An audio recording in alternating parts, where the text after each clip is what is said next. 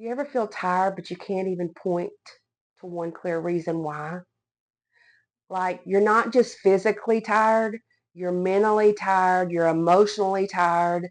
Like your brain never really shuts off. A lot of midlife women are carrying what I call invisible weight.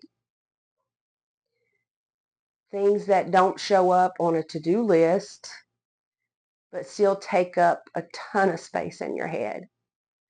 The remembering, the planning, the worrying, anticipating, keeping track of what everyone needs. Even when you're sitting down, your mind is still working, thinking about what's next. What did you forget? What still needs to be handled? And over time, that adds up because you're not just doing tasks, you're carrying all this responsibility. You're carrying the emotional labor. You're carrying the job of holding everything together. A lot of women don't even realize how heavy this is. They just think this is just how life is. But that constant mental and emotional load is exhausting. Not in a dramatic way, in a slow, wearing down kind of way. It's part of why you can sit on the couch and still feel tired. Your body might be resting, but your mind and your emotions aren't.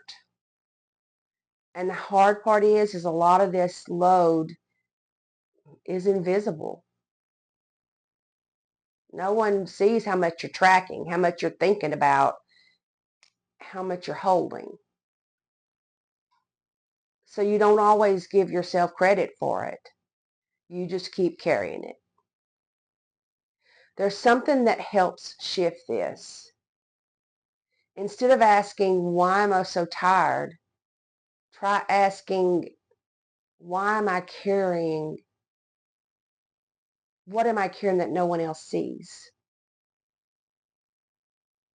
That question can be eye-opening because a lot of your tired isn't about what you're doing. It's about what you're holding in your head, in your heart. You weren't meant to carry everything, but a lot of women have been doing it for so long, it feels normal.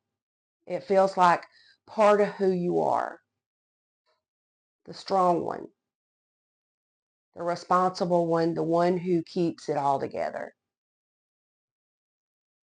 But that role comes at a cost. And midlife is often the season where that cost finally shows up. Not because you can't handle it, but because you've been handling too much for too long. Here's something small to try this week. Once a day, ask yourself, what's one thing I can stop holding today?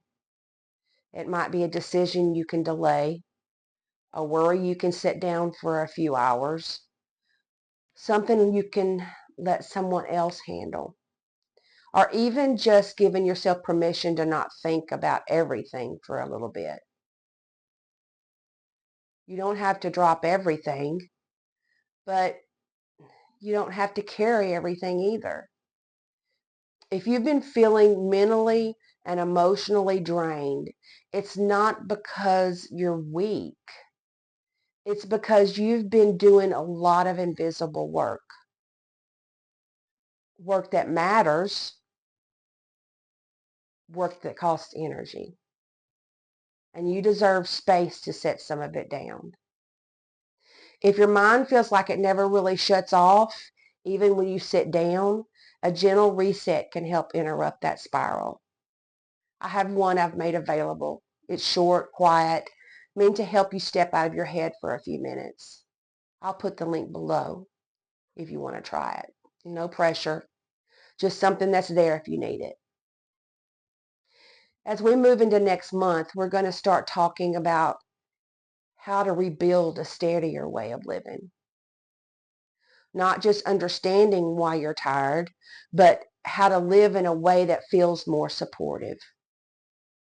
How to protect your energy, how to create more breathing room, how to build a place that actually fits your life now. So if this month has felt like it's been describing you, next month is where we start putting new pieces in place. Be gentle with yourself. I'll see you next time.